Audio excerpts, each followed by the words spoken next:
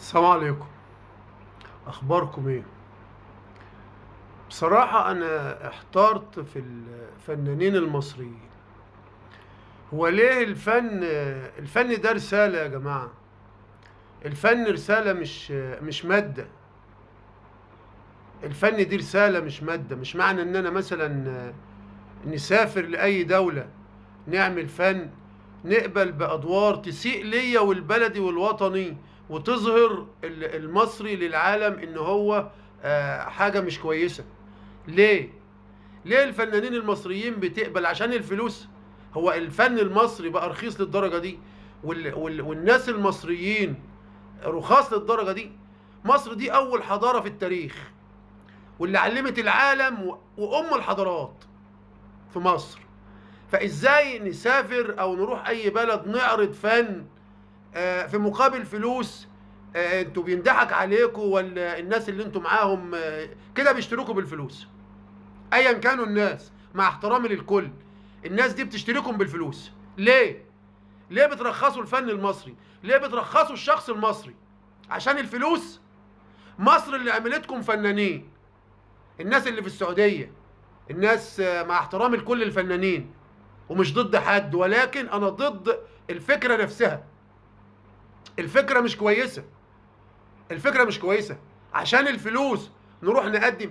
ايه معنى ان فيلم هيتعمل او هيتذاع او هيتعرض او لسه هيتنفذ ان واحد مصري بينصب على الحجاج؟ ليه؟ وليه فيلم يتعمل اولاد رزق ثلاثة ان هم يعني بلطجية ونصابين وليه؟ ليه بتظهروا الشخص المصري بطريقة وحشة وانتوا مصريين اللي بتظهروه في مقابل ايه؟ الفلوس؟ ايه يا جماعة؟ الفن دي رسالة. الفن رسالة. مع احترامي للمستشار تركي آل الشيخ، اذا كنت انت واخد فنانين عندك هم مش صناعه سعوديه وعمرهم ما هيكونوا صناعه سعوديه، مهما تدفع لهم فلوس ومهما تشتريهم بالفلوس عمرهم ما هيكونوا صناعه سعوديه، لان انت واخدهم من بلدهم فنانين. دول فنانين، بالاضافه للاستاذ عمرو اديب، ده اعلامي كبير وكلنا بنحترمه ونقدره، انت واخده اعلامي وليس صناعه سعوديه، ده صناعه مصريه. واي فنان عندك من مصر صناعه مصريه وبلده اللي خلته فنان. فازاي هيروح عندك ويبقى صناعه سعوديه؟ انت بتدي له مقابل فلوس وبيقدم لك فن وليس صناعه سعوديه، هو صناعه مصريه. ليه يا جماعه؟ ليه بتظهروا الفن المصري والانسان المصري ان هو حاجه مش حلوه؟ احنا اول حضاره في العالم، احنا علمنا العالم الطب والهندسه والفن والفلك وكل حاجه. مصر علمت العالم كل حاجه. ليه يا جماعه؟ ليه؟ عشان ايه؟ الفلوس. الفلوس دي ارخص حاجه في العالم. الفلوس دي ارخص حاجه في العالم. الفلوس ملهاش لازمه، بتروح وتيجي في لحظه. في ناس معاها فلوس كتير كتير ومش مرتاحه، وفي ناس معاش فلوس خالص وعايشه مرتاحه وحمد ربنا. في ايه يا فنانين مصر؟ بقيتوا رخاص للدرجه دي؟ فنانين مصر بقيتوا رخاص للدرجه دي؟ ليه كده؟ ليه كده؟ تحيه للاستاذ محمد صبحي والاستاذ محمد سلام والناس اللي هي رفضت تتباع وتبيع الفن بالفلوس. الاستاذ محمد سلام رفض يروح في مهرجان عشان اخواتنا في غزه بينبادوا في اباده جماعيه كانت في غزه، ورفض انه يروح المهرجان، ويشكر على الشيء العظيم اللي فكر فيه وعمله. والاستاذ محمد صبحي قال الفن ده ابداع ما بيتباعش بالمال. الفن دي رساله. ده وبعدين اولاد رزق ده يعني اي منتج مع احترامي لكل المنتجين المصريين وعلى راسي من فوق، اي منتج مصري يعمل فيلم. مش دوله بعراقه المملكه العربيه السعوديه اصل الحضارات تعمل فيلم اولاد رزق. لا، ده مش دوله تنتجه ولا تعمله. عايز تعمل فيلم كدوله اللي عاملاه، اعمل حاجه يعني نضال الدوله بتاعتك، تاريخ الدولة بتاعتك. اعمل فيلم يحكي عن تاريخ الدولة بتاعتك، عن كفاح الدولة بتاعتك.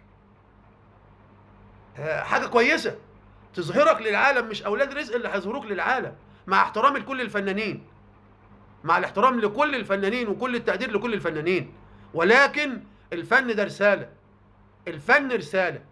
ويا ريت الكلام يوصل للناس، ويا ريت الناس الأول، الناس الجمهور مش عاجبه الفكرة، مش عاجباه الفكرة. والاستاذ عمرو اديب، يا ريت انت اعلامي كبير، يا ريت تسوق كويس. ده انت يعني يعتبر الخطه بتاعتك كانت معموله على 2 مليار، يعني سوق على قد ال 2 مليار. ومصر اللي صنعاك، مهما تروح ومهما تعلى انت اعلامي محترم وعلى راسي من فوق، ومهما تعلى انت صناعه مصريه وليس صناعه سعوديه. واي فنان من مصر راح السعوديه واخد جنسيه سعوديه هو صناعه مصريه وليس صناعه سعوديه، مع الاحترام للمملكه العربيه السعوديه ومع الاحترام للمستشار تركي آل الشيخ. دول صناعه سعوديه، صناعه مصريه وليس سعوديه، واخدهم من بلادهم فنانين. واخد الاستاذ عمرو اديب اعلامي معروف، ولو اعلامي مش تمام ما كنتش انت خدته، والفنانين اللي راحوا لك لو انت مش عارفهم تمام ما كنتش هتتعامل معاهم. فدول صناعه مصريه، ويا ريت الفن يتقدم كفن، ما يتقدمش كسلعه بتتباع بالفلوس. الفن مش للبيع، الفن مش للبيع، الفن مش للبيع يا جماعه، الفن مش للبيع يا جماعه. لا يليق ولا يصح بالفنانين المصريين يقبلوا الادوار اللي تسيء لبلدهم. اعمل دور مصر حضاره، ما بتكدبش، دي حضاره.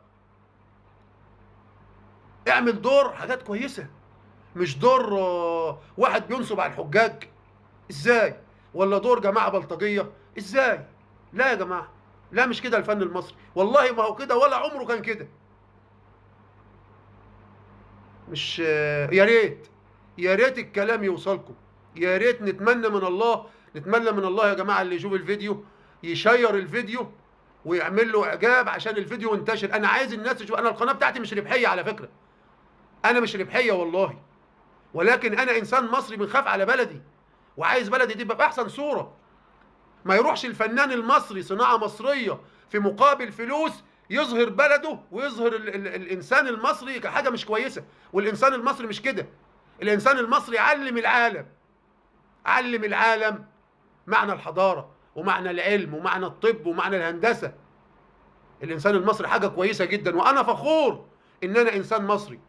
اقتصادي تعبان، انا فخور وهنقوم اقتصادي انا وكل المصريين، ولكن ما نسقش البلدي مهما كان الثمن، مهما كان الثمن. يا فنانين مصر فوقوا، يا فنانين مصر فوقوا، يا فنانين مصر. الناس بتاخدكم عشان انتوا فنانين، الناس بتتفق معاكم عشان انتوا فنانين. ما تقدمش الشيء اللي يسيء لبلدك. سلام عليكم.